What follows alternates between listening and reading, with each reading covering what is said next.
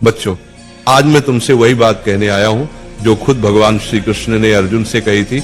उठो, जागो और तब तक मत रुको जब तक लक्ष्य की प्राप्ति न हो जाए।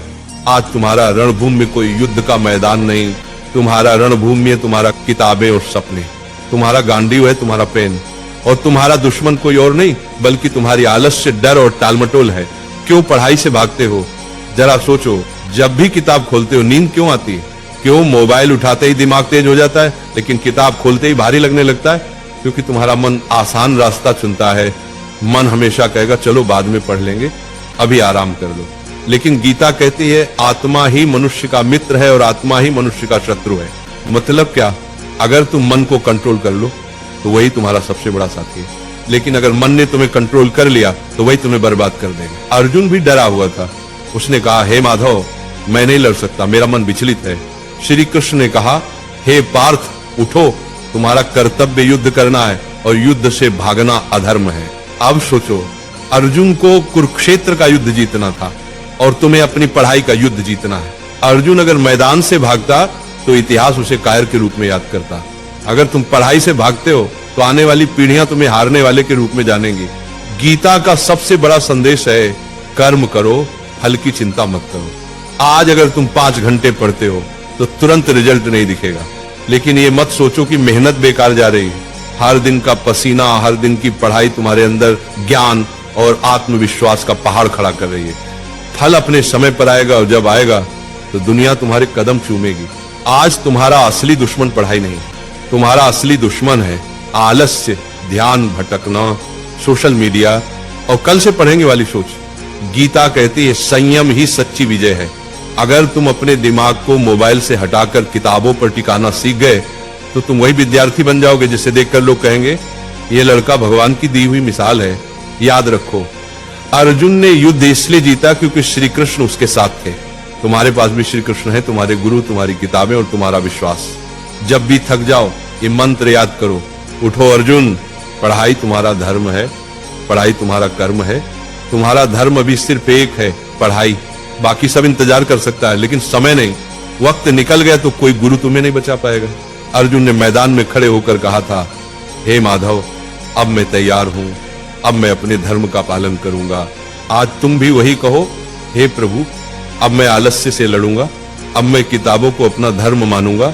आज से तुम पढ़ाई से भागोगे नहीं, आज से तुम किताब को दुश्मन नहीं बल्कि सबसे बड़ा मित्र मानोगे। आज से तुम वही विद्यार्थी बनोगे जिसे देखकर माँ बाप की आंखें गर्व से भर जाएंगी। याद रखना, पढ़ाई ही तुम्हारा युद्ध है, मेहनत ही तुम्हारी गीता है और सफलता ही तुम्हारी विजयश्री है। और एक बात नाम जाप किया करो, राधा राधा। 24 घंटा में सिर्फ मुझे 24 मिनट देकर देखो, फिर तुम कहना दोनों किडनी फेल है, ठीक क्या होना है, अब तो जाना है। हमारी आशा तो नहीं रह गई, राधा नाम सबकी कामनाएं पूर्ण करेगा। मेरी तो दोनों किडनी फेल हैं, ठीक क्या होना है, अब तो जाना है, आज नहीं तो कल चले ही जाना है। ये शब्द है भारत के सबसे लोकप्रिय और माने जाने वाले प्रेमानंद महाराज के। कुछ दिनों से प्रसिद्ध संत प्रेमानंद महाराज की तबीयत को लेकर तमाम अटकलें लगाई जा रही हैं। उनकी कई तस्वीरें वायरल की जा रही हैं जिसमें वो हॉस्पिटल तक में भर्ती नजर आए थे। इस बीच उनकी सेहत को लेकर सबको चिंता सता रही थी। भक्त लगातार उनके लिए दुआएं कर रहे थे, लेकिन मथुरा पुलिस और महाराज जी की टीम की ओर से दी गई अपडेट के मुताबिक फिलहाल उनकी तबीयत ठीक है। उनकी यात्रा को जरूर स्थगित किया गया है, लेकिन वो लगातार एकांतिक वार्ता कर रहे हैं जिसमें भक्त उनके दर्शन को पहुंचते हैं। इस बीच बिग बॉस OTT 2 के विजेता और यूट्यूबर एल्विश यादव वृंदावन के संत प्रेमानंद महाराज से मुलाकात करने उनके आश्रम पहुंचे। उन्होंने प्रेमानंद महाराज से आशीर्वाद लिया और उनकी सेहत के बारे में भी जानकारी ली। दोनों की बातचीत का एक वीडियो भी आया जिसमें प्रेमानंद महाराज अपनी सेहत को लेकर ऐसी बातें बता रहे हैं जिसे सुनने के बाद उनके भक्त भावुक हो जाएंगे। बुधवार को यूट्यूबर एल्विश यादव ने प्रेमानंद महाराज से जब उनकी सेहत को लेकर सवाल पूछा तो महाराज जी ने कहा कि मेरा स्वास्थ्य क्या ठीक होना है, मेरी तो दोनों किडनी फेल है, पर हाँ, भगवान ने ऐसा किया है कि आपसे बात हो रही है, आपसे मिल सकते हैं, बात कर सकते हैं, बस इतनी कृपा तय है। नहीं तो दोनों किडनी फेल है, ठीक क्या होना है, अब तो जाना है, आज नहीं तो कल जाना है। महाराज जी ने कहा कि अब शरीर कितना भी संभाल लो, जाना तो सबको ही है। दोनों किडनी फेल है, प्रेमानंद तो चला जाएगा लेकिन राधा नाम हमेशा रहेगा। भगवान चलावे तो मरे को भी जिंदा कर दे। अब हमारी आशा तो नहीं रह गई, क्योंकि दोनों किडनी फेल है। राधा नाम सबका मंगल करेगा, राधा नाम सबको जीवन दान देगा, राधा नाम सबकी कामनाएं पूरी करेगा।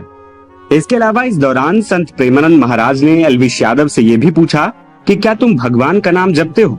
इस पर एल्विश ने मुस्कुराते हुए कहा, नहीं। इस पर महाराज जी ने समझाया कि तुम आज सफल हो, ये तुम्हारे पिछले जन्म के अच्छे कर्म, लेकिन आज के कर्मों का क्या? भगवान का नाम लोगे तो जीवन में स्थिरता आएगी। फिर उन्होंने एल्विश यादव से कहा कि रोजाना एक अंगूठी पहनो और 10,000 बार राधा का नाम जपो। एल्विश ने संत से वादा किया कि वो हर रोज राधा नाम जाप करेंगे।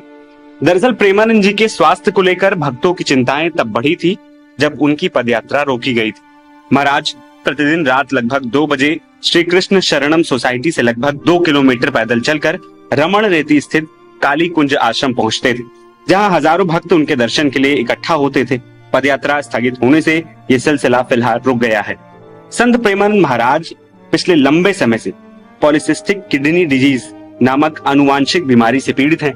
ये बीमारी उन्हें साल 2006 से है, जिसमें उनकी दोनों किडनियां खराब हो चुकी हैं। पहले प्रेमानंद महाराज हफ्ते में 5 दिन डायलिसिस कराते थे, लेकिन मीडिया रिपोर्ट्स के मुताबिक अब उनका डायलिसिस रोजाना किया जा रहा है, जिससे उनकी शारीरिक स्थिति की गंभीरता का पता चलता है। फिलहाल महाराज की सेहत को लेकर उनके भक्त लगातार दुआएं कर रहे हैं। नवभारत टाइम्स की रिपोर्ट।